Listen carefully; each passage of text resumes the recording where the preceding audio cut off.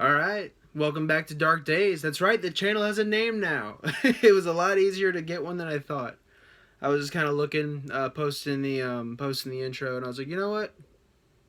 Dark Days. I used to have a podcast of a very similar title, so I was like, you know what? Let's just do that. All right. So our very first film we're going to be reviewing today, as you can see, High Tension. It's a French horror film made in 2003. It's starring. Now I know these are French names, so I'm sure I might butcher them. So apologies if anyone's fluent in French that's watching this. That'd be cool. Starring Cécile de France, Mewen, and Philippe Nehon, and it's directed by Alexander Aja. Now, Alexander Aja is a guy who I've really admired. I haven't seen a whole lot of his work. Uh, he did Maniac, the 2012 remake of Maniac, and I really, really enjoyed that. And also The Hills Have Eyes. He really likes to put fucking brutal kills on screen, but he also has a way of, in his directing, he has a way of making you feel something, which I think is lost on some horror films. I think we're getting to a point now where it's becoming a little more meaningful in the horror realm again, but there was a little period of time where it was just blood and guts, and Aha was probably one of the few guys I noticed who, like, obviously it's brutal as hell, and this film's no exception, and we'll get into that, but he just has a knack for making your heart, like, ache. It was also written by him and his buddy, from what I gathered on the special features documentary. Again, French name, Gregory Levasseur. I hope I'm pronouncing that correctly. But so let's hop into it. I want to start these reviews off with just a non-spoiler kind of rundown in case you do have any interest in watching this movie. And before we really hop into it, I want to tell a little quick story. I remember going to Family Video back when the one by me was open. So unfortunate. But anyways, I remember me and my mom would always go in there because she's a big part of the reason why I've become this film nerd. It's your fault, Mom, if you're listening to this. But anyways, so we were walking around, and this is probably around 2003, 2004, 2005. Early 2000s, I was young. I was real young. And I saw this, and I was starting to kind of get in the horror movies a little bit. And I was like, my mom picked this up, and she watched it. And I was begging her. I was like, please, please, please, please, I want to watch this. She's like, absolutely fucking not. And now, watching it, having seen it, thank you, Mom, because this probably would have fucked me up really, really bad. So, but yeah, so let's just hop into it. High Tension. I enjoyed this movie. The ending's a little hard to swallow. I'll say that. The ending is... This is an amazing slasher film. It has some amazingly brutal, gory kills, all that stuff I'm a huge fan of. It has great, honestly, for, especially slasher films get a real bad rap for character development. I'm not going to act like this is, like, expert level character development, but for a slasher, you especially the two main females, Marie and Alex, the two lead characters, you really start to care about their relationship. And there's a lot of build up, and then the ending happens, and once we get into the spoiler section of the video, I'll talk about that. It's just kind of, oh, I mean, it's I hate to say it, but the disappointing ending really let me down. And it sucks because I really think if this film would have ended differently, this would have been an amazing slasher film. Like, this, people would still be talking about this to this day. And I don't hear a lot of people talking about it anymore, and now I understand why. This is the first time watch for me, so that ending just kind of was like, what? But nonetheless, I will say it didn't ruin like the overall experience. Like it's a crazy twist, but when you start to think about it, it's just like, it just feels kind of tacked on. But I think if you really sat down and tried to like explain away what this twist is, like you could really sit down and analyze. And again, I will get into what I'm exactly talking about once the spoiler section hits. But you could make excuses, I guess would be the correct term. And that's kind of what I found myself doing, because I didn't want to hate this ending. I really didn't. This is like such a... The last 10 minutes really bogs this film down. I think if it would have ended a little sooner, I think you would have had an amazing slasher on your hands that people would still be talking about today. So, yeah, let's just, let's get into the spoiler section. Let's just talk about that twist. Marie is the, I guess what you would call the final girl. She's just a strong protagonist, and this movie starts out with this just fucking lunatic coming in and killing all these people, Alex's family, and it's just super sad. And again, props to Aha's directing. Extremely just gut wrenching. Like some of the deaths, like they straight up kill a kid in this movie. Like they don't show it, but they show the aftermath, and it's not like this brutal, gory kill, like the kid gets shot in the back, but it's just like, oh my god. He's a cute kid too, man. It's fucking heart-wrenching. So yeah, and the whole time you want Marie to just get this fucker and rescue Alex, her really good friend, and there's even some romantic, tension there on Marie's part. So you really, really just are pulling for her. And then she, in a good old-fashioned Mick Foley barbed wire, she like wraps this...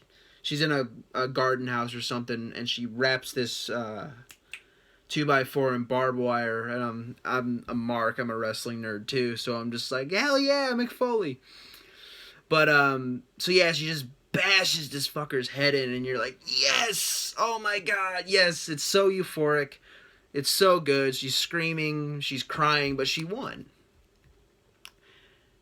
And then immediately after, you get that taken away from you in the form of a cop. They were at a gas station previously in the movie. I'm not going to do a scene-for-scene rundown of this film, but basically the whole time, she was the killer. And that is revealed in, I would say, a very abrupt gut punch way, which I could see being intentional, but it's just like, fucking really? Like, are you serious? Wow, okay. So yeah, it's revealed that she is the killer the whole time. And then you go into, and she immediately starts acting strange. There's little hints of it throughout the film that she's a little off her rocker. But yeah, and the ending basically consists of her coming up, freeing Alex, even though she's the one who took her and killed her whole family. And I gotta give props where it is. The way the way Alex is reacting to Marie's helping of her, she's very skittish, she's backing away, and on a first time watch you kind of see that as, oh my god, she's in shock. I mean, her whole family just was brutally murdered. It wouldn't be too far out of the realm of believability, but you end up realizing the reason she's actually, well, besides that, obviously that too, but the fact that her friend is the one doing all this, and Alex, I'm gonna get their names mixed up, and Marie doesn't even realize it, because she's fucking insane. And it's a cool twist, but it's executed very, very poorly.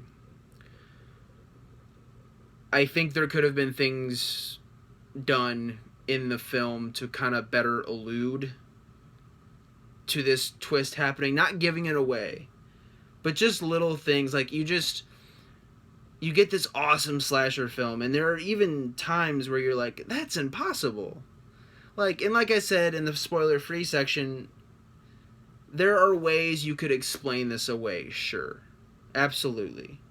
The truck that the serial killer in Marie's mind is driving around, that could have been a truck on the property, and Alex is handed a knife by Marie in the back when they're on their way to the gas station, and she just could have dropped it back there. Like, there are things you can explain, and I'm all for, like, making the audience think and ponder and not spoon-feeding an audience. I hate when films do that.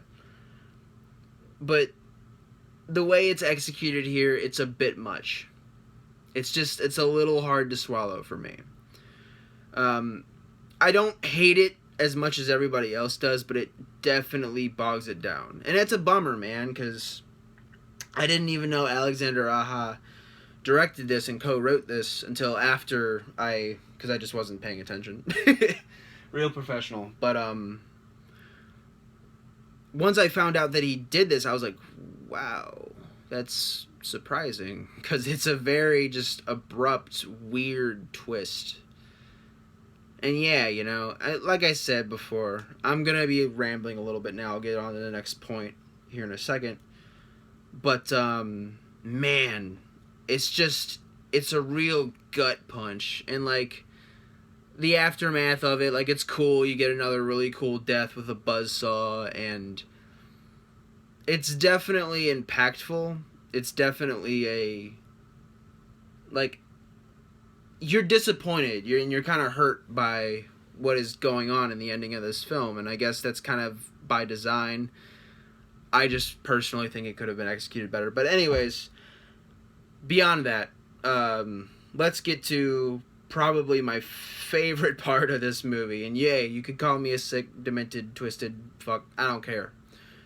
Like I said before, I'm a gore hound. I love gore, blood, guts, all that stuff. I think it's very entertaining. And when you have it in a film like this, where, like I said before, Aja's really good at making you...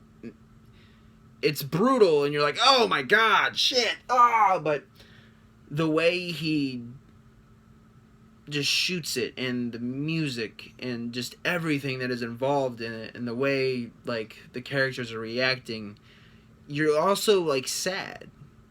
And it's, you know, it doesn't take away from the fun of the kill, I guess, but it's just gut-wrenching, man. It's super, like, the way he does it, I really like his work. I definitely want to check out more stuff from him that I haven't seen on this channel.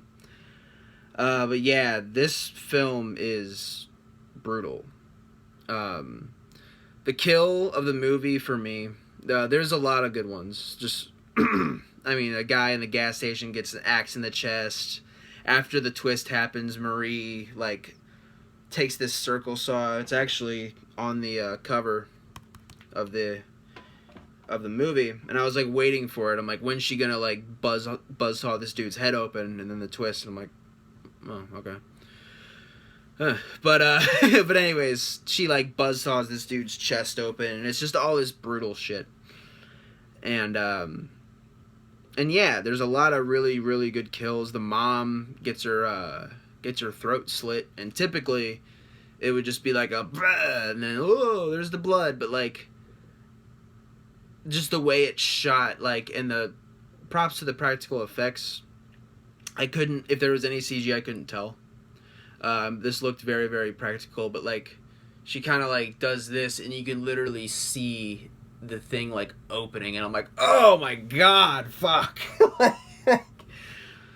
Oh man, I need help, but that I'm laughing about that. But anyways, a lot of really good kills, but for me, and I think if you talk to any slasher fan about this, I think the opinion would be mostly unanimous. I could see it being another kill, but early on, it's the first like actual on-screen kill of the movie. Is this killer that is in Marie's mind. Marie is actually the one doing this, but so I guess I'll say she, stabs the dad, and I think the face, she just stabs him somewhere right here. So he's kind of crawling away. He's like, ugh.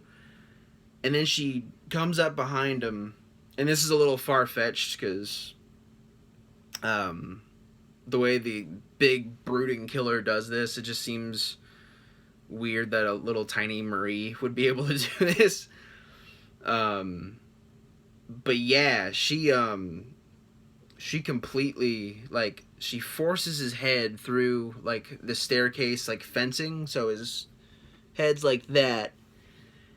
And then she goes back down into the hallway, takes this big old, I guess you call it a nightstand, or, no, not a nightstand, like a bookshelf or something like that. It's some sort of piece of big-ass furniture, and she just guillotines this dude, and you see all of it. It just takes this dude's head completely off. Fucking brutal. Great kill. And yeah. Oh man, it was great. I'm gut wrenched that this amazing slasher film had to be bogged down by an ending like that. The ending is, like I said before, you can justify it in some ways, sure, but it's still very like I said before, there's a lot of romantic tension between Marie and Alex. You can just see she's like just staring at her, and while she's driving, and Alex is like, "Oh, eyes on the road," and you can tell she really kind of has a thing for her. The most apparent is she's like sitting out on the swing set, and she like looks up and she sees Alex showering, and I guess that's pretty much your nudity for the movie, is you just see you see Alex in the shower, which I'm a guy, I'm not complaining, but it services the plot, and Marie just sees that and immediately goes up into the room and just starts masturbating, which when you look back at the twist is kind of fucked up, because she wasn't really masturbating, she was killing Alex's father. So yeah, it's super messed up. I definitely want to give this another watch to see how the twist sticks. I know there's a lot of logical fallacies that, like I said, for the umpteenth time, can be explained. It's just a far fetch. So yeah, overall, do I recommend this? Yeah, I do. It's a fun slasher. It's a real fun slasher, but the ending's just, it's a gut punch, and not fully in a good way. But yeah, guys, that was my review for High Tension. I hope you guys liked it. Let me know in the comments what you guys think of this film. I'm not gonna be the YouTuber who asks you to, like and subscribe. If you like what I do, like the video. If you really like what I do, subscribe. Or don't. You know? I'm not gonna just say that at the end of every video. But definitely I want to get some conversation started. What do you guys think of this film? Do you like it? Do you not like it? Do you think the ending should have just been left out completely? Do you love the ending? I'm sure there are different varying opinions. So, yeah, let me know. Alright, guys. Peace out.